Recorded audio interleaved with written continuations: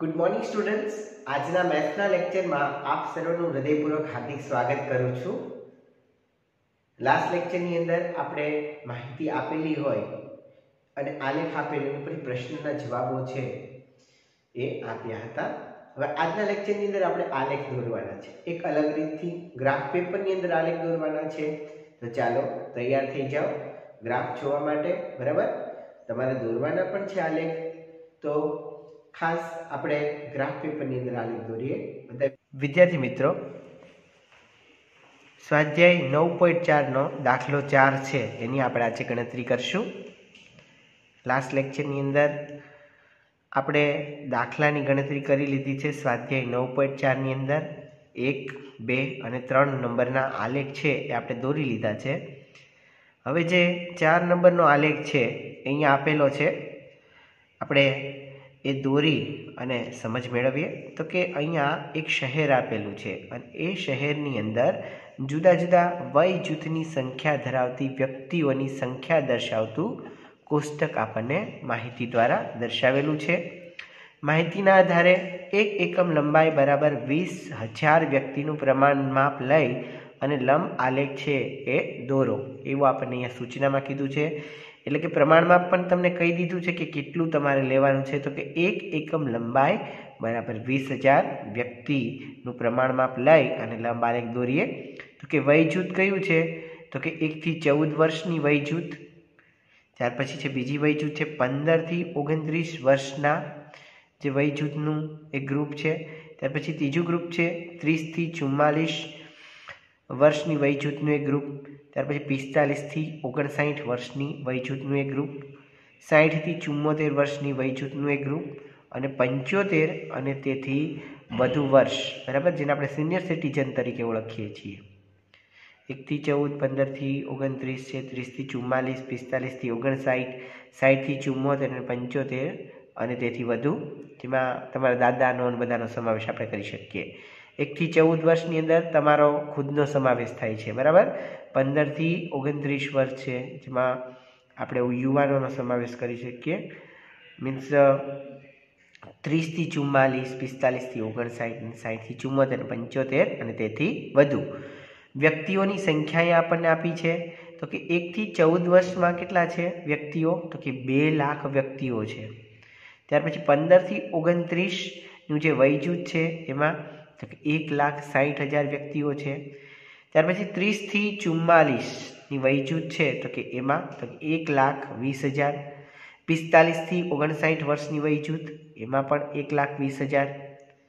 60 થી 74 વર્ષ એમાં છે 80,000 અને 75 અને તેથી વધુ જો ઉંમર હોય તો એમાં 40,000 વ્યક્તિઓ છે। અહીંયા વાય અક્ષ ઉપર આપણે એક એકમ લંબાઈ બરાબર 20,000 વ્યક્તિઓ લેશું।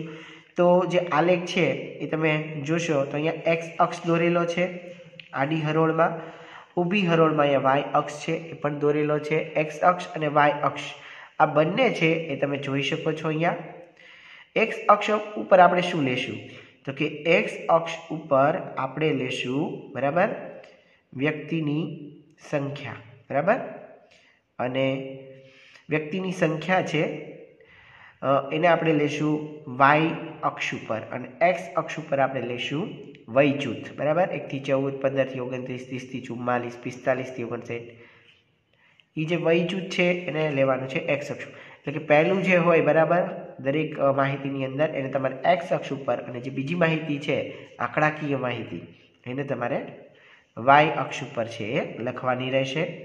ત્યાર પછી અહીંયા બે પ્રશ્ન આપેલા છે, એના આપણે જવાબ લખશું। તો સૌ પ્રથમ અહીંયા આપણે વય જૂથ અને વ્યક્તિની સંખ્યા એક એકમ લંબાઈ બરાબર 20,000 વ્યક્તિ આપણે લઈશું, 20, 40, બરાબર, 60 એવી રીતે। તો સૌ પ્રથમ અહીંયા આપણે લખશું 20,000, ત્યાર પછી 20 આપણે લખ્યું એટલે 20,000 સમજવાનું, 40,000, ત્યાર પછી તો કે 60,000, ત્યાર પછી 80,000। 80,000ની અંદર 20,000 નાખો એટલે થશે 1 લાખ।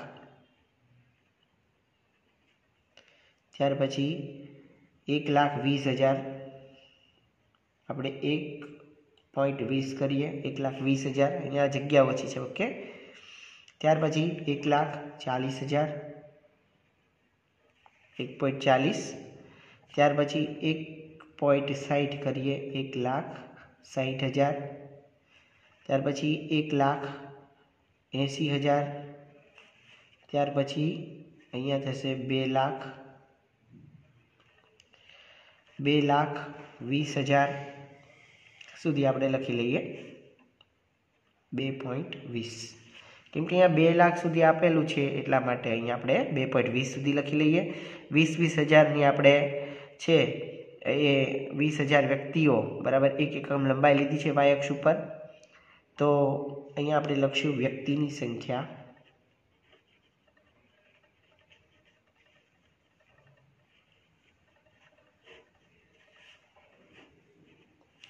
ત્યાર પછી અહીંયા આપણે લખશું વય જૂથ,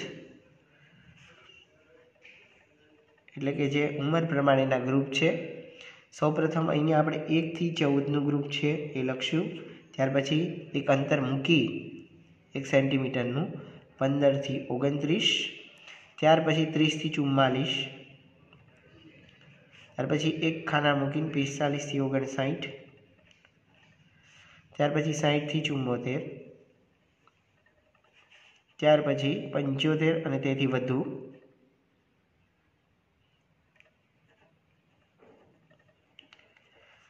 ઓકે.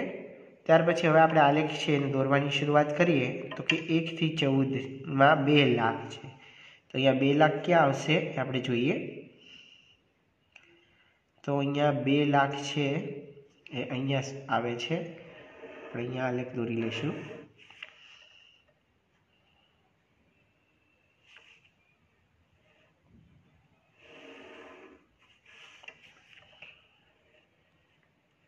અહીંયા સુધી. ત્યાર પછી 15 થી 29 વય જૂથ છે 1,60,000. આપણે 1,60,000 જોઈએ તો 1,60,000 અહીંયા આવે છે. અહીંયા તમે કોઈ નિશાની પણ કરી શકો છો.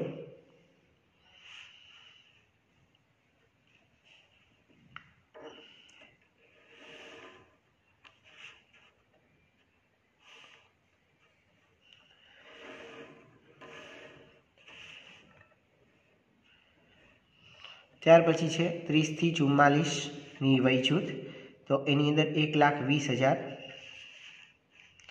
અહીંયા આવશે. 1,20,000, 1 સેન્ટીમીટરનું આપણે અંતર મૂકીએ.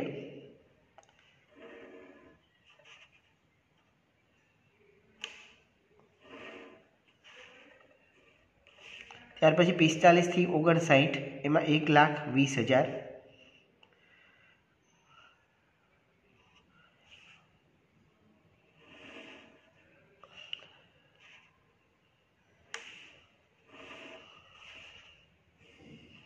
ત્યાર પછી છે 60 થી 74 એમાં 80,000, અહીંયા આપણે 80,000 કરીએ.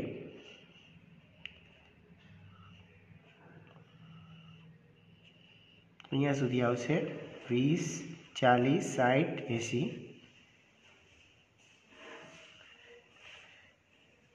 ઓકે. ત્યાર પછી છે 75 અને તેથી વધુ એમાં આવશે 40,000.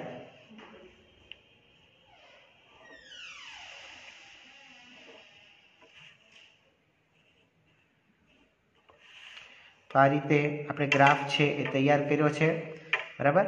તો કે આ ગ્રાફને તમે જોશો તો કે આ માપ સૌથી વધુ છે, અહીંયા 40,000 સૌથી ઓછા છે. તો આ રીતે ગ્રાફ દોરી શકાય છે. ત્યાર પછી આપણે એની અંદર કોઈ ડિઝાઇન છે મૂકી દઈએ એટલે આપણો ગ્રાફ વ્યવસ્થિત છે એ લાગે, આકર્ષક છે એ બની જશે.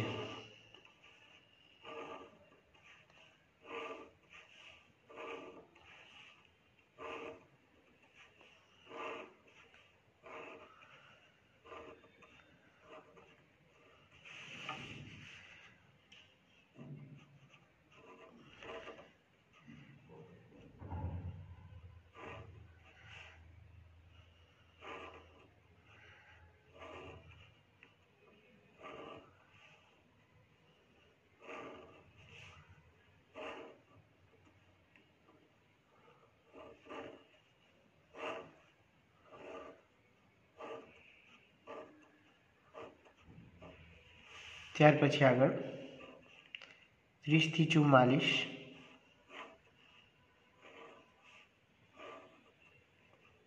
દરેકની અંદર આપણે એક સરખી ડિઝાઇન પાડી શકીએ, અલગ અલગ પાડવી હોય તો બી ચાલે।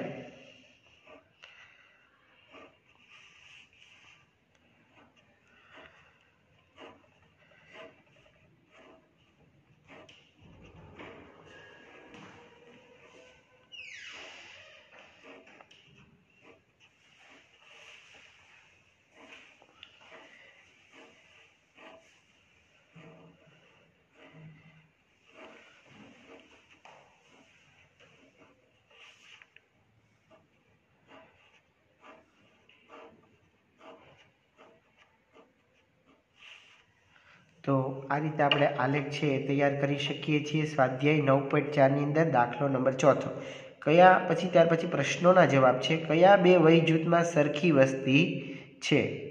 તો અહીંયા આપણને એક સરખું આપેલું હોય આલેખમાં, તો 30 થી 44 અને 45 થી 59 તમે બંનેની અંદર સરખું જોઈ શકો છો। તો આપણે કયા બે વય જૂથમાં સરખી વસ્તી છે એમાં લખશું 30 થી 44 અને 45 થી 59 ના વય જૂથમાં સરખી વસ્તી છે। ઓકે, ત્યાર પછી છે આ શહેરમાં 60 વર્ષ કે તેથી વધુ ઉંમરના સિનિયર સિટીઝન કેટલા છે? 60 વર્ષ હોય અથવા તો 60 વર્ષથી વધુ હોય, બરાબર, એવા સિનિયર સિટીઝન છે એ કેટલા દર્શાવવામાં આવ્યા છે? તો કે અહીંયા આપણે જોઈ શકીએ છીએ 80,000 અને બીજા 40,000, એટલે 80,000 પ્લસ 40,000 બરાબર 1,20,000। તો શહેરમાં 60 વર્ષ કે તેથી વધુ ઉંમરના સિનિયર સિટીઝન છે એ કેટલા છે? 1,20,000 સિનિયર સિટીઝન કેટલા છે? તો અહીંયા એટલા આપણે ગણી શકીએ છીએ 1,20,000। અહીંયા એક્સ્ટ્રા પ્રેક્ટિસ પણ આપણને આપવામાં આવેલી છે, એ પણ આપણે કરીએ અને જોઈએ, બરાબર। એક્સ્ટ્રા પ્રેક્ટિસની અંદર તો કે અહીંયા આપેલું છે તમને વિદ્યાર્થીનું નામ અને એનો વજન કિલોગ્રામમાં આપેલો છે। 5 વિદ્યાર્થીઓના વજન આપેલા છે, એના વજન નીચે પ્રમાણે છે, એની માહિતી પરથી આપણે લંબ આલેખ તૈયાર કરવાનો રહેશે। વિદ્યાર્થીનું નામ તો કે પ્રિયા, વજન છે કિલોગ્રામમાં 25, રાધા 35, તોષા 30, ધારા 40 અને ભવ્યા 45। ઓકે, એની ઉપરથી આપણે લંબ આલેખ તૈયાર કરવાનો છે। અહીંયા આપણે જે માપ આપેલું છે એટલે ખાસ ધ્યાન રાખો, 5નો ઘડિયો તમને યાદ આવશે, 5, 10, 15, 20, 25, 30, 35, 40, 50। તો દરેક માપ આવી જાય છે, બરાબર। એટલે આપણે વાય અક્ષ ઉપર 1 એકમ લંબાઈ બરાબર કેટલું લેશું? તો કે 5 કિલોગ્રામ। અહીંયા વજન કિલોગ્રામમાં છે એટલે આપણે 1 એકમ લંબાઈ બરાબર 5 કિલોગ્રામ લેવું પડશે। તો કે નાનામાં નાનું માપ કેટલું છે? 25। મોટામાં મોટું માપ કેટલું છે? તો અહીંયા આપેલું છે 45, આપણે 50 સુધી લઈએ, બરાબર। વાય અક્ષ ઉપર આપણે લેશું, બરાબર, વજન કિલોગ્રામમાં, અને વિદ્યાર્થીનું નામ છે આપણે એક્સ અક્ષ ઉપર લેશું, અને અહીંયા એક્સ અક્ષ છે આડી હરોળમાં દોરેલો છે, અને અહીંયા ઊભો વાય અક્ષ પણ આપણને આપેલો છે, એ કાટખૂણે 0 છે। આપણે સૌ પ્રથમ અહીંયા વાય અક્ષ ઉપર 1 એકમ લંબાઈ બરાબર 5 કિલોગ્રામ લઈએ, તો અહીંયા આવશે 5, 10, 15, 20, 25, 30, 35, 40, 45, 50। 5, 10, 15, 20, 25, 30, 35, 40, 45 અને 50 આપણે લીધા છે। આ શું છે? તો કે વજન છે, શેમાં છે? કિલોગ્રામમાં।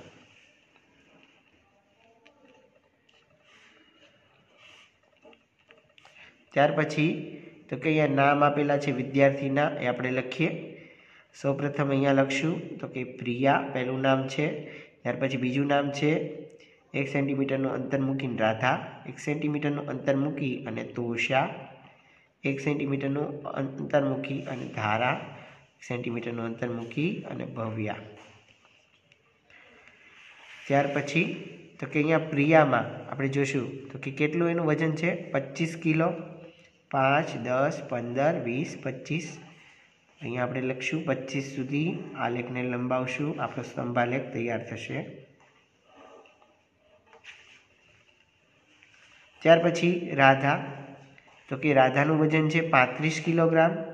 5 × 7 = 35 એટલે આપણે 7 ખાના લેવા પડશે 1 સેન્ટીમીટરના. 1, 2, 3, 4, 5, 6, 7 અને અહીંયા પણ આપણે જોઈ શકીએ છીએ બરાબર 1 સેન્ટીમીટરનું અંતર પણ આપણે મૂકી દીધું છે.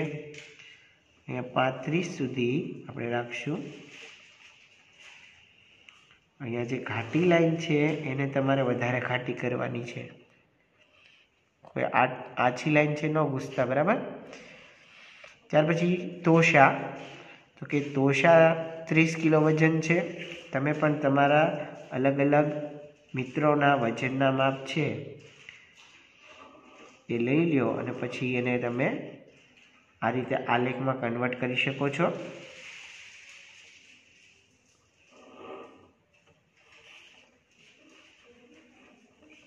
ત્યાર પછી ધારા 40 બરાબર.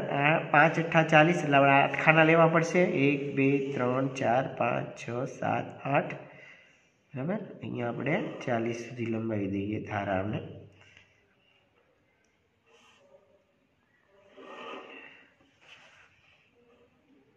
ત્યાર પછી ભવ્યાને છે 45.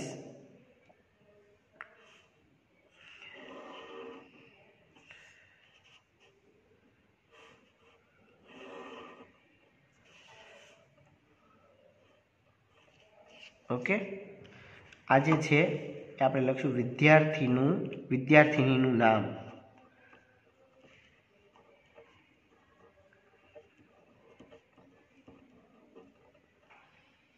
અહીંયા વાય અક્ષ ઉપર 1 એકમ લંબાઈ બરાબર 5 કિલો છે. હું લખી લઉં છું અહીંયા ફરીથી. વાય અક્ષ પર 1 એકમ લંબાઈ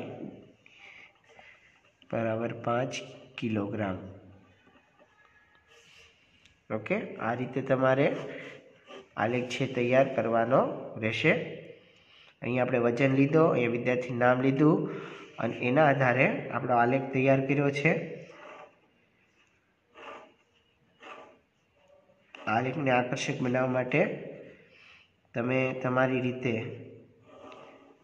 તમને કોઈ કેલિગ્રાફી ફાવતી હોય તો કેલિગ્રાફી પણ કરી શકો છો અંદર.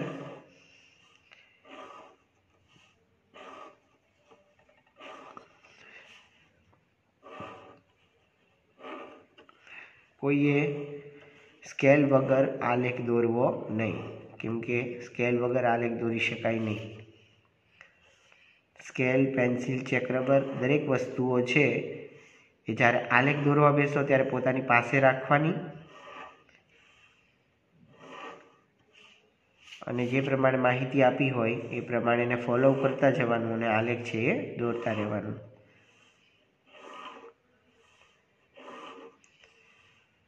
યુનિટ ટેસ્ટ પણ નજીકમાં છે, જેની અંદર આ ચેપ્ટર પણ આપણે પૂછવાનું છે. તો ખાસ આ ચેપ્ટર છે એ ક્લિયર કરી નાખજો બરાબર. ચેપ્ટર આપણે ફિનિશ કરવા તરફ જઈ રહ્યા છીએ. હવે અહીંયા એક આલેખ આપેલો છે, એ આલેખ છે એની આપણે પ્રેક્ટિસ કરી લઈએ. અહીંયા આલેખ નંબર 29 છે. એક્સ્ટ્રા પ્રેક્ટિસની અંદર એક ગામના વૃક્ષની માહિતી આપી છે આપણને અને એની માહિતીનો આપણે લંબાલેખ તૈયાર કરવાનો છે. વૃક્ષનું નામ શું છે તો કે પીપળ, લીમડા, આસોપાલવ, બાવળ અને જાંબુ. વૃક્ષોની સંખ્યા આપી છે 47, 52, 64, 32, 78. અલગ અલગ આપણને માહિતી પ્રાપ્ત થાય છે. નાનામાં નાની માહિતી કેટલી છે તો કે વૃક્ષની સંખ્યા ઓછામાં ઓછી 32, વધુમાં વધુ 78 છે. આપણે અહીંયા 5-5ના ખાનાવાળો આલેખ લીધો છે બરાબર. ઘણી જગ્યાએ 10 ખાનાવાળો પણ આવે છે. ખાસ 5 ખાનાવાળો આલેખ હશે તો વધારે સારું રહેશે. 10 વાળો હોય તો પણ ચાલે. તો અહીંયા વૃક્ષની સંખ્યાની અંદર વાય અક્ષ બરાબર આપણે 1 એકમ લંબાઈ બરાબર 5 વૃક્ષ છે એ લેવાના રહેશે, કેમ કે ઓછામાં ઓછું માપ 32 અને વધુમાં વધુ છે એ માપ 78 છે, તો એના આધારે આપણે 5 લઈએ તો આપણને બંધબેસ છે, કેમ કે આ જે માપ આપેલું છે એની અંદર આપણે વચ્ચેથી જ લેવું પડશે. ચોક્કસ જે ઘાટા લીટા આપણે કરેલા હશે બરાબર, એની ઉપરથી આપણે માપ નહીં કાઢી શકીએ, પણ જે આછી લાઈન હશે એમાંથી નીકળશે. એટલા માટે આ આલેખ છે ખાસ જોજો બધા વિદ્યાર્થીઓ. તો અહીંયા વૃક્ષનું નામ પીપળ, લીમડા, આસોપાલવ, બાવળ, જાંબુની માહિતી દર્શાવતું છે. વૃક્ષોના જે સંખ્યા છે એની માહિતી દર્શાવતું. તો સૌ પ્રથમ અહીંયા એક્સ અક્ષ આડી લાઈન દોરી છે, વાય અક્ષ બોક્સ દોરે પણ જે પણ આપેલો છે આપણને. એક્સ અક્ષની અંદર શું આપેલું છે તો કે એક્સ અક્ષની અંદર વૃક્ષના નામ છે ને વાય અક્ષની અંદર આપણે વૃક્ષની સંખ્યા છે એ લખશું. અહીંયા 1 એકમ લંબાઈ બરાબર 5 વૃક્ષ આપણને લેવાનું કીધું છે, તો આપણે લઈએ અહીંયા 5, 10, 15, 20, 25, 30, 32, 40, 45, 50,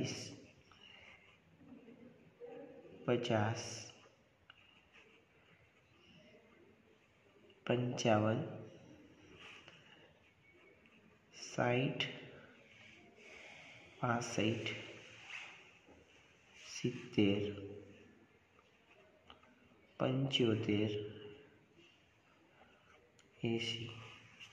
ઓકે, અહીંયા આપણે અલગ અલગ વૃક્ષના નામ લખી લઈએ. તો કે પીપળ છે, ત્યાર પછી લીમડા, ત્યાર પછી આસોપાલવ, ત્યાર પછી છે બાવળ, ત્યાર પછી જાંબુ. ઓકે, તો અહીંયા આપણે લખશું વૃક્ષની સંખ્યા, વૃક્ષનું નામ, અને આ છે વૃક્ષની સંખ્યા.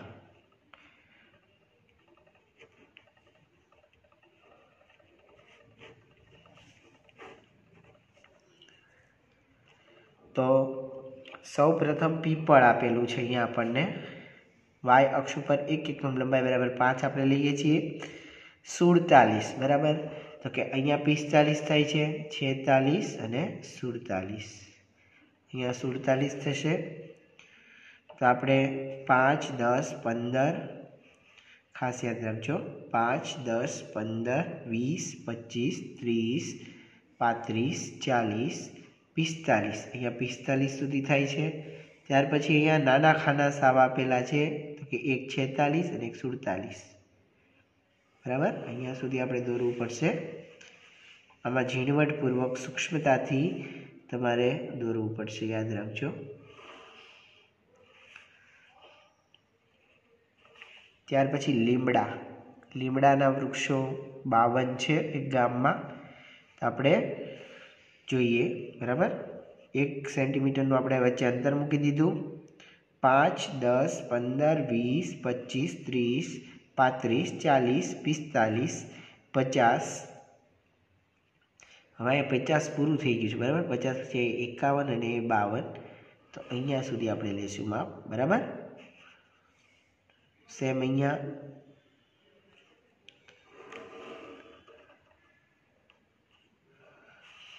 આપણે 52 સુધી લઈ લીધું. ઓકે, ત્યાર પછી છે આસોપાલવ. આસોપાલવના 64 વૃક્ષો છે. તો અહીંયા આપણે રાખશું 5 ગણીએ, 5, 10, 15, 20, 25, 30, 35, 40, 45, 55, 60.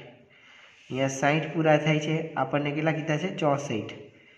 61, 62, 63, 64. અહીંયા સુધી આપણે લઈએ, કેમ કે 1 કરશું તો 65 તો આપેલા જ છે આપણને.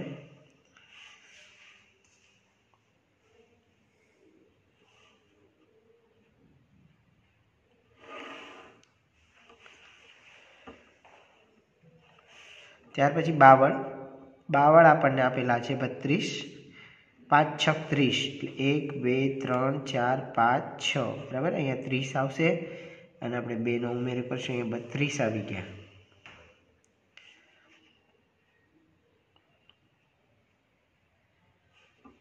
તમને દરેકને આલેખ દોરવાની ખૂબ મજા આવશે। ધીમે ધીમે વ્યવસ્થિત રીતે આલેખ છે એ દોરતા જજો। ત્યાર પછી છે આગળ જાંબુ। તો જાંબુની સંખ્યા છે 78, તો અહીંયા 75 છે, પછી 76, 77 અને 78, બરાબર। 75 તો અહીંયા આપેલા જ છે, ત્યાર પછી આપણે 3 વધારે લઈશું એટલે 78 થઈ જશે। આપણે જાંબુની અંદર 78 સુધી છે એ ગ્રાફ બનાવીએ।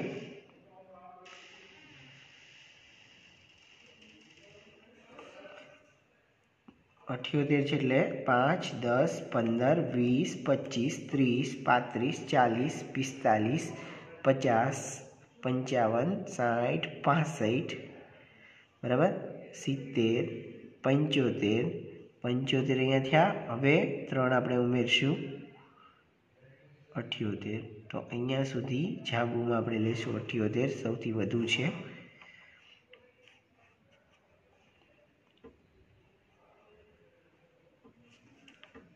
સેમ અહીંયા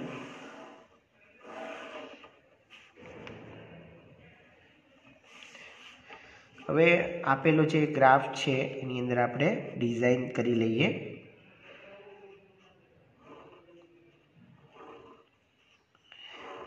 તમારે તમારી રીતે આકર્ષક બનાવવાના પ્રયત્ન કરવાના ગ્રાફને, બરાબર। પેન્સિલથી જ દોરવાનો છે, ફરીથી કહું છું, ખાસ યાદ રાખજો, કોઈએ પેનથી આલેખ દોરવો નહીં મહેરબાની કરીને, અને સ્કેલ વગર ખાલી હાથથી ઊભા લીટા આડાવાળા કરી નાખવાના નથી। એકલો તમારો આલેખ છે કેવો લાગશે, એકદમ ગંદો લાગે એવા પ્રયત્ન ન કરતા, તમે મને મોકલશો, બરાબર, તો એ આપણે કાંઈ સ્વીકાર કરવાનો થતો નથી। એટલે સારામાં સારો આલેખ જ હોવો જોઈએ તમારા માટે। અહીંયા સર કેટલો સરસ આલેખ બનાવી રહ્યા છે, આપણે પણ બનાવવો જોઈએ ને।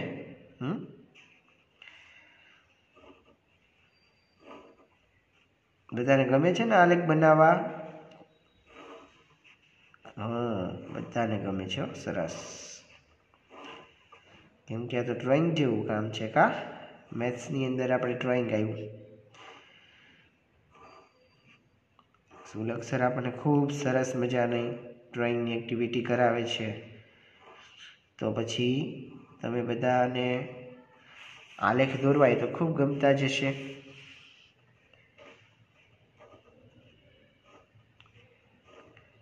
જો જેને નથી ડ્રોઈંગ ગમતું, કદાચ અરુચિ આવે કે એમ થાય કે મને નથી કરવું ડ્રોઈંગ ગમતું, એ પણ આલેખ છે વ્યવસ્થિત દોરી શકશે હો, એવું નથી। તમે કોઈ વસ્તુની અંદર રસ રાખશો તો એ તમારા માટે શોખનો વિષય બની જાય છે। પણ એમ જ કરો કે ના મને નથી આવડતું, મારે કાંઈ કરવું નથી, મને તો ડ્રોઈંગ ફાવે જ નહીં, એવી વિચારધારા રાખો તો પછી શું થાય, ન આવડે। પણ એની બદલે તમે એવું વિચારો કે નહીં, ડ્રોઈંગ તો મને તો આવડે જ તે હો ભાઈ, બીજાને ન આવડે તો કાંઈ નહીં,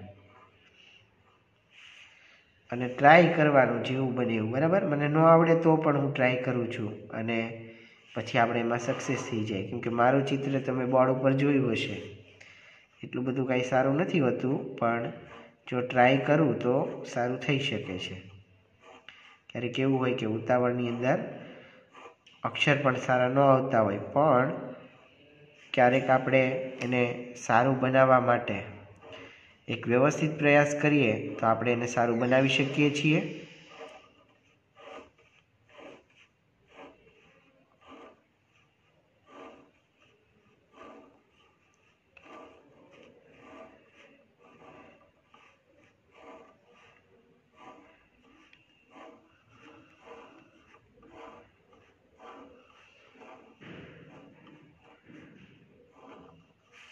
બરાબર, આપણો જે ગ્રાફ છે તૈયાર થઈ ગયો છે અહીંયા।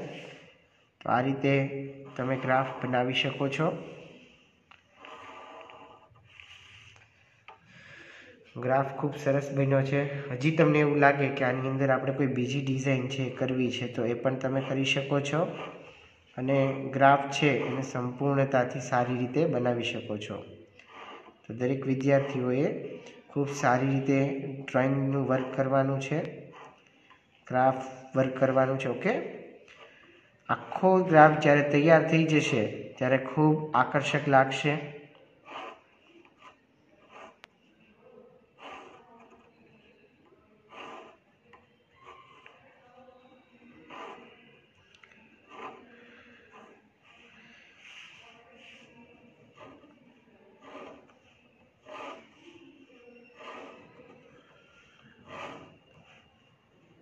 આપણે જે લાસ્ટ અત્યારનો જે ગ્રાફ દોરી રહ્યા છીએ એની અંદર એક અલગ પ્રકારની ડિઝાઇનથી આપણે બનાવ્યો છે, એટલે ખૂબ આકર્ષક લાગે એવો ગ્રાફ છે।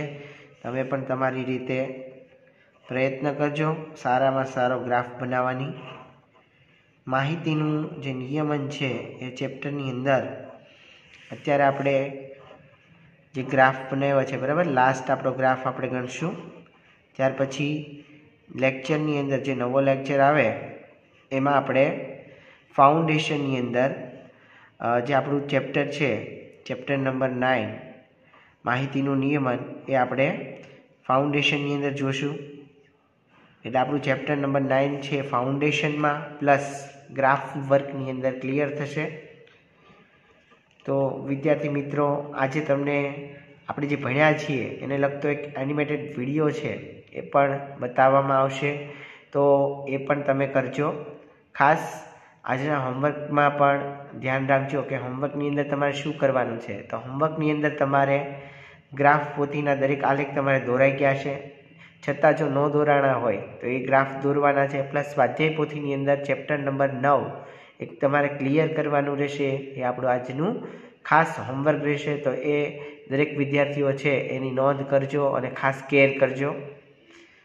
આજના લેક્ચરની અંદર તમને એક એનિમેટેડ વિડીયો બતાવવામાં આવે તો એમાં પણ તમારે જે ગ્રાફ કેવી રીતે દોરાય એ જો અહીંયા તમને હજી સમજ ન પડી હોય તો એમાં તમે જોઈ શકો છો અને ગ્રાફ બનાવી શકો છો। હવે પછીના લેક્ચરમાં આપણે ફાઉન્ડેશન સાથે મળશું। તો વિદ્યાર્થી મિત્રો, આજના લેક્ચરમાં બસ આટલું જ। ફરીથી નવા લેક્ચરમાં જ્યારે ઉપસ્થિત થશું ત્યારે નવી માહિતી સાથે ઉપસ્થિત થશું। આવજો, આભાર, થેન્ક યુ સો મચ। આજે આપણે ધોરણ 6 એકમ 9 લેક્ચર 6 માહિતીનું નિયમન લંબ આલેખમાં લંબ આલેખ અર્થઘટન વિશેની માહિતી મેળવીશું। તો સૌથી પહેલા એ જાણીએ કે લંબ આલેખ અર્થઘટન એટલે શું। લંબ આલેખ અર્થઘટન એટલે લંબ આલેખમાં આપેલી માહિતીને મેળવવી। આપેલો લંબ આલેખ જેના વિશેની માહિતી દર્શાવે છે તે માહિતી મેળવવી એટલે લંબ આલેખનું અર્થઘટન થાય। તો હવે આપણે લંબ આલેખ પરથી માહિતી કઈ રીતે મેળવવી તેના વિશેની વિસ્તૃત ચર્ચા કરીએ। મિત્રો, આપણે આગળના લેક્ચરમાં જોયું હતું કે ચિત્ર આલેખ દ્વારા દર્શાવેલી તમામ માહિતી હકીકતની માહિતી દર્શાવવામાં અસમર્થ રહે છે। ઉદાહરણ તરીકે લઈએ તો કોઈ એક ચિત્ર જો 100 સંખ્યા દર્શાવતું હોય અને આપણે 540ની સંખ્યા દર્શાવવી હોય તો ચિત્ર આલેખમાં 500ને તો આપણે સરળતાથી ચિત્ર દ્વારા દર્શાવી શકીએ છીએ, પરંતુ ઉપરની 40 સંખ્યાને ચિત્ર આલેખમાં આપણે દર્શાવી શકતા નથી। અને ચિત્ર આલેખ દોરવામાં આપણને મજા તો આવે છે, પરંતુ ચિત્ર આલેખ દોરવામાં સમય પણ વધુ લાગે છે।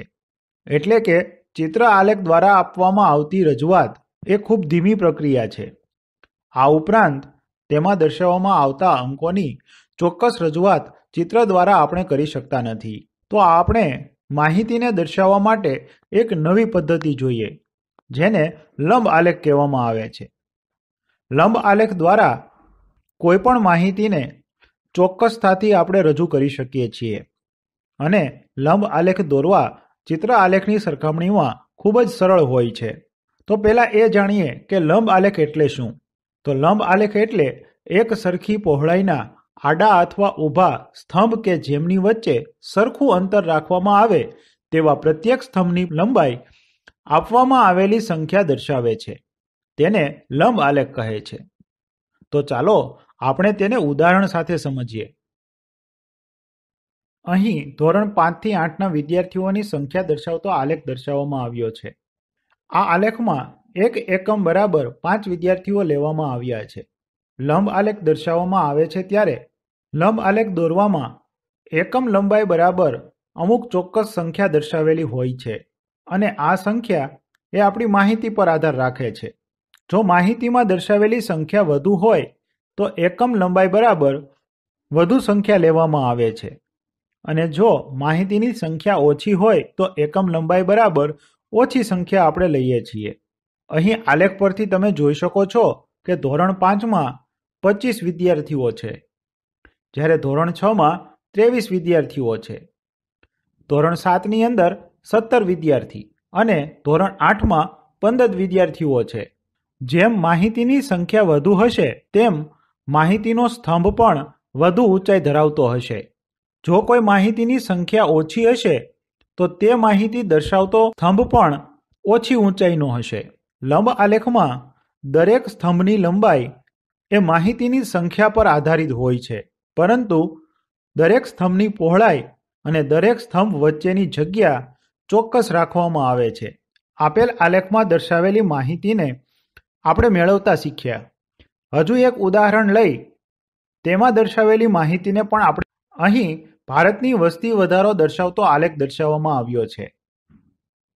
હવે આપણે જાણીએ છીએ કે ભારતની વસ્તી ખૂબ જ વધારે છે, જેથી એકમ લંબાઈ બરાબર વધુ સંખ્યા લેવી પડશે. માટે જ અહીં એક એકમ બરાબર 20 કરોડ વસ્તી લેવામાં આવી છે. અહીં જુદા જુદા વર્ષોમાં રહેલી ભારતની વસ્તી દર્શાવતો સ્તંભ આલેખ દર્શાવેલો છે. અહીં આપણે જોઈ શકીએ છીએ કે 1951માં ભારતની વસ્તી 36 કરોડ હતી, જ્યારે 1961માં આ વસ્તી 44 કરોડ હતી. આપણે એ પણ જોઈ શકીએ છીએ કે જેમ જેમ વર્ષ વધતા જાય છે તેમ તેમ ભારતની વસ્તી પણ સતત વધતી જાય છે. 1951માં 36 કરોડ વસ્તી હતી, જ્યારે 2001ની સાલમાં આ જ વસ્તી વધીને 102 કરોડ એટલે કે 1 અબજ 2 કરોડ જેટલી થાય છે. તો આના ઉપરથી આપણે એ પણ જાણી શકીએ છીએ કે જેમ વર્ષમાં વધારો થાય છે તેમ તેમ ભારતની વસ્તીમાં પણ વધારો થતો જાય છે. અહીં આપણે આપેલ આલેખ પરથી માહિતી મેળવી.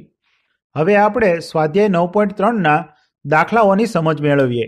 દાખલા નંબર 1, 1998થી 2002 દરમિયાન સરકારે ખરીદેલ ઘઉંનો જથ્થો દર્શાવતો આલેખ અહીં દર્શાવવામાં આવ્યો છે.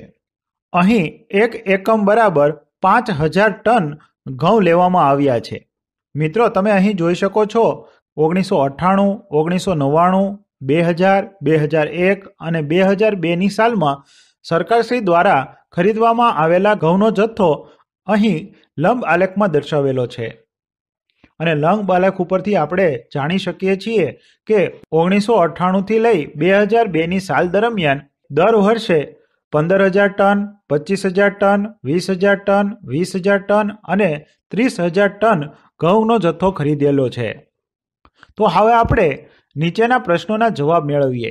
પ્રશ્ન નંબર 1, લંબ આલેખ વાંચી તમારા અવલોકનો લખો કે કયા વર્ષમાં ઘઉંનું ઉત્પાદન સૌથી વધુ હતું. આપણે જાણીએ છીએ કે સ્તંભની ઊંચાઈ જેમ વધુ હોય છે તેમ તેની માહિતી પણ વધુ હોય છે અને આપણે લંબ આલેખમાં જોઈ શકીએ છીએ કે 2002ની સાલનો આલેખ સૌથી ઊંચો છે, એટલે કે ઘઉંનું ઉત્પાદન 2002ની સાલમાં સૌથી વધુ થયેલું છે.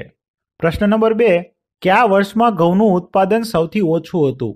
તો આપણે લંબ આલેખ પરથી જોઈ શકીએ છીએ કે 1998ની સાલનો સ્તંભ સૌથી ઓછી ઊંચાઈ ધરાવે છે, એટલે કે 1998ની સાલમાં ઘઉંનું ઉત્પાદન સૌથી ઓછું હતું.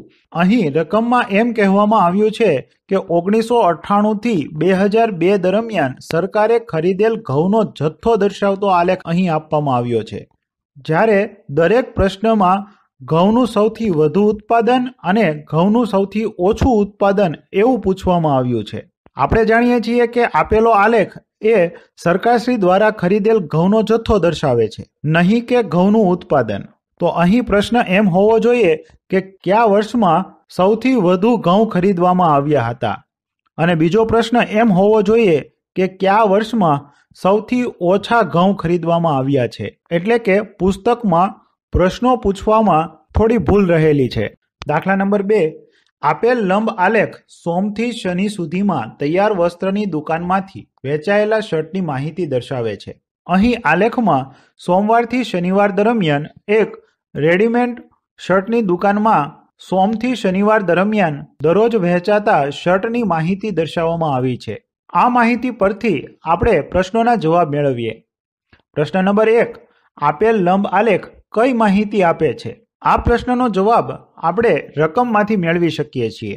દાખલાની રકમમાં જ આપણને જણાવેલું છે કે આપેલો લંબ આલેખ સોમથી શનિ સુધીમાં તૈયાર વસ્ત્રની દુકાનમાંથી વહેંચાયેલા શર્ટની માહિતી દર્શાવે છે. પ્રશ્ન નંબર 2. શર્ટની સંખ્યા દર્શાવવા આડી હરોળ પર કયું પ્રમાણમાપ પસંદ કરવામાં આવ્યું છે? કોઈ પણ આલેખમાં પ્રમાણમાપ જમણી બાજુએ ઉપરના ભાગમાં દર્શાવેલું હોય છે. પ્રમાણમાપ એટલે એક એકમ લંબાઈ બરાબર કેટલી સંખ્યા લેવામાં આવી છે તેને પ્રમાણમાપ કહે છે. અહીં એક એકમ બરાબર 5 શર્ટ લેવામાં આવ્યા છે, તો આપણો જવાબ બનશે કે એક એકમ બરાબર 5 શર્ટ. પ્રશ્ન નંબર 3. કયા દિવસે સૌથી વધુ શર્ટનું વેચાણ થયું છે? તે દિવસે કેટલા શર્ટ વેચાયા? આલેખ પરથી આપણે જોઈ શકીએ છીએ કે શનિવારમાં સૌથી વધુ શર્ટ વેચાયા છે, કારણ કે શનિવારે વહેંચાયેલા શર્ટની સંખ્યા દર્શાવતો સ્તંભ સૌથી ઊંચો છે. તો આપણે કહી શકીએ છીએ કે શનિવારે સૌથી વધુ શર્ટ વેચાયેલા છે અને આ સ્તંભની ટોચ એ આડી હરોળ પર 60ની સંખ્યા દર્શાવે છે. તો આપણે એ પણ જાણી શકીએ છીએ કે શનિવારે કુલ 60 શર્ટ વેચાયેલા છે. પ્રશ્ન નંબર 4. કયા દિવસે સૌથી ઓછી સંખ્યામાં શર્ટનું વેચાણ થયું? તો લંબ આલેખની અંદર જોતા સૌથી નાનો સ્તંભ એ મંગળવારનો છે, તો આપણે કહી શકીએ છીએ કે મંગળવારે સૌથી ઓછી સંખ્યામાં શર્ટનું વેચાણ થયું. પ્રશ્ન નંબર 5. ગુરુવારે કેટલા શર્ટ વેચાયા? ગુરુવારના સ્તંભની ટોચ એ આડી હરોળ પર 35ની સંખ્યા દર્શાવે છે, તો આપણે કહી શકીએ છીએ કે ગુરુવારના દિવસે કુલ 35 શર્ટ વેચાયા છે. દાખલા નંબર 3. આપેલ લંબ આલેખ અઝીઝે અર્ધવાર્ષિક પરીક્ષામાં જુદા જુદા વિષયમાં મેળવેલ માર્ક્સ દર્શાવે છે. લંબ આલેખમાં જોઈ શકીએ છીએ કે એક એકમ બરાબર 10 માર્ક્સ લેવામાં આવ્યા છે અને જુદા જુદા સ્તંભની ઊંચાઈ તેણે મેળવેલા તે વિષયના માર્ક્સ બતાવે છે. તો ચાલો આપણે તેના પ્રશ્નોના જવાબ મેળવીએ. પ્રશ્ન 1. આપેલ લંબ આલેખ કઈ માહિતી દર્શાવે છે? તો આગળના જ દાખલામાં આપણે જવાબ મેળવ્યો હતો તે જ રીતે આ પ્રશ્નનો જવાબ પણ આપણને દાખલાની રકમમાંથી જ મળશે કે આપેલ આલેખ અઝીઝે અર્ધવાર્ષિક પરીક્ષામાં જુદા જુદા વિષયમાં મેળવેલ માર્ક્સની માહિતી આપે છે. પ્રશ્ન નંબર 2. અઝીઝે સૌથી વધુ માર્ક્સ મેળવ્યા છે તે વિષય લખો. જ્યારે પણ આપણને સૌથી વધુ માહિતી પૂછવામાં આવે ત્યારે આપણે લંબ આલેખમાં સૌથી ઊંચો સ્તંભ મેળવીએ છીએ. લંબ આલેખ પરથી આપણે જોઈ શકીએ છીએ હિન્દી વિષયના માર્ક્સ દર્શાવતો સ્તંભ એ સૌથી ઊંચો છે, તો આપણે કહી શકીએ છીએ કે અઝીઝે સૌથી વધુ માર્ક્સ હિન્દી વિષયમાં મેળવ્યા છે. પ્રશ્ન નંબર 3. દરેક વિષયના નામ અને તેમના માર્ક્સ લખો. અહીં દરેક વિષયના નામ નીચેની અક્ષ પર દર્શાવેલા છે, જેમાં હિન્દી, અંગ્રેજી, ગણિત, વિજ્ઞાન અને સમાજશાસ્ત્ર આપવામાં આવ્યું છે.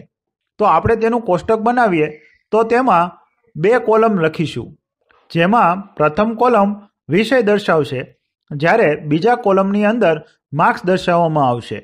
અહીં આપણે જોઈ શકીએ છીએ કે અઝીઝે હિન્દી વિષયમાં 80 માર્ક્સ, અંગ્રેજી વિષયમાં 60 માર્ક્સ, ગણિત વિષયમાં 70 માર્ક્સ, વિજ્ઞાન વિષયમાં 50 માર્ક્સ અને સમાજશાસ્ત્રમાં 40 માર્ક્સ મેળવ્યા છે. તો આ તમામ માહિતી આપણે કોષ્ટકની અંદર લખીશું. તો મિત્રો, આ સાથે આપણે સ્વાધ્યાય 9.3ના તમામ દાખલાઓ વિશેની માહિતી મેળવી.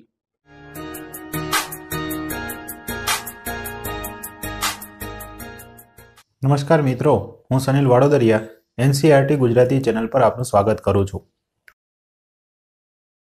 આજે આપણે ધોરણ 6 એકમ 9 માહિતીના નિયમનમાં લંબ આલેખ કઈ રીતે દોરવા તેના વિશેની માહિતી મેળવીશું. મિત્રો, તમારે જો આગળનો લેક્ચર લંબ આલેખના અર્થઘટનનો વિડીયો જોવાનો બાકી હોય તો તે વિડીયો ઉપર આઈ બટન પર ક્લિક કરીને તમે જોઈ શકો છો અને તેની લિંક મેં નીચે ડિસ્ક્રિપ્શનમાં પણ આપેલી છે. તેના પર ક્લિક કરીને પણ તમે તે વિડીયો જોઈ શકો છો. તો ચાલો શરૂ કરીએ લંબ આલેખ કઈ રીતે દોરવા. લંબ આલેખ દોરવા માટે નીચેની બાબતોને ખાસ ધ્યાનમાં રાખવામાં આવે છે, જેમાં દરેક લંબ આલેખ દોરવા એક્સ અને વાય એમ બે અક્ષો લેવામાં આવે છે. આપેલ માહિતીના આધારે પ્રમાણમાપ નક્કી કરવામાં આવે છે. ત્યારબાદ એક્સ અક્ષ પર ગુણાત્મક માહિતી અને વાય અક્ષ પર સંખ્યાત્મક માહિતી દર્શાવવામાં આવે છે. યોગ્ય પહોળાઈ ધરાવતા અને એક સરખા અંતરે સ્તંભ દોરવામાં આવે છે કે જેમની ઊંચાઈ માહિતીના આધારે લેવામાં આવે છે. તો ચાલો આપણે તેને ઉદાહરણ સાથે સમજીએ.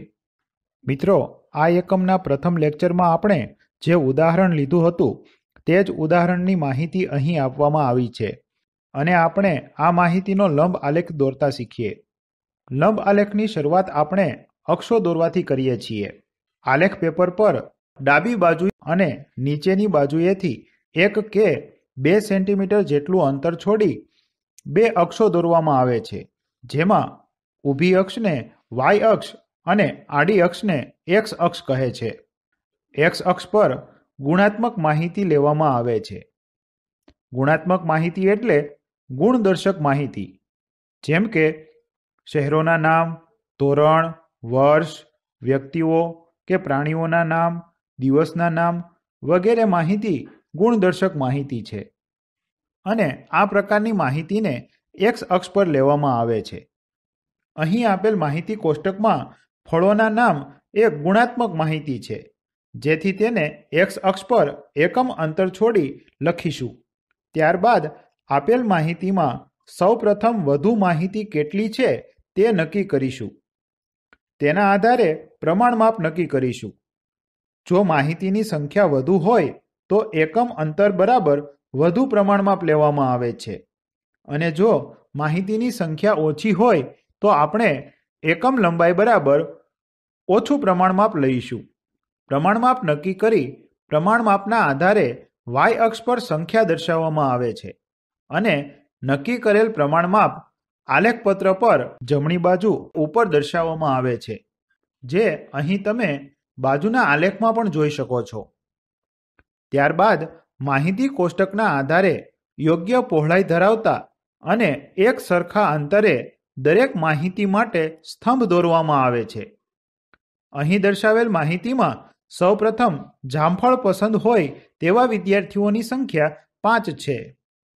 તો એક્સ અક્ષ પર જે સ્થાન પર જામફળ દર્શાવેલ છે તે સ્થાને એક સ્તંભ દોરીશું કે જેની ઊંચાઈ વાય અક્ષ પર દર્શાવેલ 5ની ઊંચાઈ જેટલી દોરીશું. આ જ રીતે સફરજન પસંદ હોય તેવા વિદ્યાર્થીઓની સંખ્યા 8 છે, જેથી એક્સ અક્ષ પર જ્યાં સફરજન લખવામાં આવ્યું છે તે સ્થાને જામફળ માટે દોરેલા સ્તંભની પહોળાઈ જેટલી જ પહોળાઈ ધરાવતો સ્તંભ દોરીશું કે જેની ઊંચાઈ વાય અક્ષ પર દર્શાવેલા 8ની ઊંચાઈ જેટલી લઈશું. અને આ જ રીતે આપણે બાકીની માહિતી એટલે કે સીતાફળ અને મોસંબી માટે પણ આ જ રીતે સ્તંભ દોરીશું કે જેની પહોળાઈ આગળ દોરેલા સ્તંભની જેટલી જ રાખીશું અને ઊંચાઈ માહિતી કોષ્ટકના આધારે સીતાફળ માટે 5 જેટલી અને મોસંબી માટે 4 જેટલી રાખીશું. અહીં માહિતીના આધારે આપણો લંબ આલેખ કમ્પ્લીટ થાય છે. તો મિત્રો, આ જ રીતે તમે પણ માહિતીના આધારે લંબ આલેખ તૈયાર કરી શકો છો. મિત્રો, અહીં આપણે લંબ આલેખ કઈ રીતે દોરવા તેના વિશેની માહિતી મેળવી. હવે પછીના લેક્ચરમાં આપણે આ જ થિયરીના આધારેના સ્વાધ્યાય 9.4ના દાખલાઓની ચર્ચા કરીશું. જે આપણે ધોરણ 6 એકમ 9 માહિતીના નિયમનમાં લંબ આલેખ કઈ રીતે દોરવા તેના વિશેની માહિતી મેળવીશું. મિત્રો, તમારે જો આગળનો લેક્ચર લંબ આલેખના અર્થઘટનનો વિડીયો જોવાનો બાકી હોય તો તે વિડીયો ઉપર આઈ બટન પર ક્લિક કરીને તમે જોઈ શકો છો અને તેની લિંક મેં નીચે ડિસ્ક્રિપ્શનમાં પણ આપેલી છે. તેના પર ક્લિક કરીને પણ તમે તે વિડીયો જોઈ શકો છો. તો ચાલો શરૂ કરીએ લંબ આલેખ કઈ રીતે દોરવા. લંબ આલેખ દોરવા માટે નીચેની બાબતોને ખાસ ધ્યાનમાં રાખવામાં આવે છે, જેમાં દરેક લંબ આલેખ દોરવા એક્સ અને વાય એમ બે અક્ષો લેવામાં આવે છે. આપેલ માહિતીના આધારે પ્રમાણમાપ નક્કી કરવામાં આવે છે. ત્યારબાદ એક્સ અક્ષ પર ગુણાત્મક માહિતી અને વાય અક્ષ પર સંખ્યાત્મક માહિતી દર્શાવવામાં આવે છે. યોગ્ય પહોળાઈ ધરાવતા અને એક સરખા અંતરે સ્તંભ દોરવામાં આવે છે કે જેમની ઊંચાઈ માહિતીના આધારે લેવામાં આવે છે. તો ચાલો આપણે તેને ઉદાહરણ સાથે સમજીએ. મિત્રો, આ એકમના પ્રથમ લેક્ચરમાં આપણે જે ઉદાહરણ લીધું હતું તે જ ઉદાહરણની માહિતી અહીં આપવામાં આવી છે અને આપણે આ માહિતીનો લંબ આલેખ દોરતા શીખીએ. લંબ આલેખની શરૂઆત આપણે અક્ષો દોરવાથી કરીએ છીએ. આલેખ પેપર પર ડાબી બાજુ અને નીચેની બાજુએથી 1 કે 2 સેન્ટીમીટર જેટલું અંતર છોડી 2 અક્ષો દોરવામાં આવે છે, જેમાં ઊભી અક્ષને વાય અક્ષ અને આડી અક્ષને એક્સ અક્ષ કહે છે. એક્સ અક્ષ પર ગુણાત્મક માહિતી લેવામાં આવે છે. ગુણાત્મક માહિતી એટલે ગુણદર્શક માહિતી, જેમ કે શહેરોના નામ, ધોરણ, વર્ષ, વ્યક્તિઓ કે પ્રાણીઓના નામ, દિવસના નામ વગેરે માહિતી ગુણદર્શક માહિતી છે. અને આ પ્રકારની માહિતીને એક્સ અક્ષ પર લેવામાં આવે છે. અહીં આપેલ માહિતી કોષ્ટકમાં ફળોના નામ એ ગુણાત્મક માહિતી છે, જેથી તેને એક્સ અક્ષ પર એકમ અંતર છોડી લખીશું. ત્યારબાદ આપેલ માહિતીમાં સૌપ્રથમ વધુ માહિતી કેટલી છે તે નક્કી કરીશું. તેના આધારે પ્રમાણમાપ નક્કી કરીશું. જો માહિતીની સંખ્યા વધુ હોય તો એકમ અંતર બરાબર વધુ પ્રમાણમાપ લેવામાં આવે છે, અને જો માહિતીની સંખ્યા ઓછી હોય તો આપણે એકમ લંબાઈ બરાબર ઓછું પ્રમાણમાપ લઈશું. પ્રમાણમાપ નક્કી કરી પ્રમાણમાપના આધારે વાય અક્ષ પર સંખ્યા દર્શાવવામાં આવે છે અને નક્કી કરેલ પ્રમાણમાપ આલેખપત્ર પર જમણી બાજુ ઉપર દર્શાવવામાં આવે છે, જે અહીં તમે બાજુના આલેખમાં પણ જોઈ શકો છો. ત્યારબાદ માહિતી કોષ્ટકના આધારે યોગ્ય પહોળાઈ ધરાવતા અને એક સરખા અંતરે દરેક માહિતી માટે સ્તંભ દોરવામાં આવે છે. અહીં દર્શાવેલ માહિતીમાં સૌપ્રથમ જામફળ પસંદ હોય તેવા વિદ્યાર્થીઓની સંખ્યા 5 છે. તો એક્સ અક્ષ પર જે સ્થાન પર જામફળ દર્શાવેલ છે તે સ્થાને એક સ્તંભ દોરીશું કે જેની ઊંચાઈ વાય અક્ષ પર દર્શાવેલ 5ની ઊંચાઈ જેટલી દોરીશું. આ જ રીતે સફરજન પસંદ હોય તેવા વિદ્યાર્થીઓની સંખ્યા 8 છે, જેથી એક્સ અક્ષ પર જ્યાં સફરજન લખવામાં આવ્યું છે તે સ્થાને જામફળ માટે દોરેલા સ્તંભની પહોળાઈ જેટલી જ પહોળાઈ ધરાવતો સ્તંભ દોરીશું કે જેની ઊંચાઈ વાય અક્ષ પર દર્શાવેલા 8ની ઊંચાઈ જેટલી લઈશું.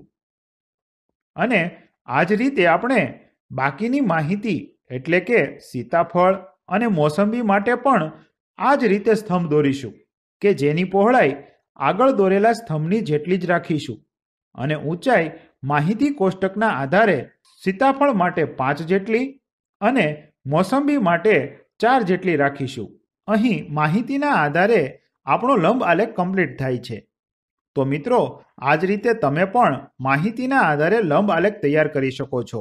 મિત્રો, અહીં આપણે લંબ આલેખ કઈ રીતે દોરવા તેના વિશેની માહિતી મેળવી.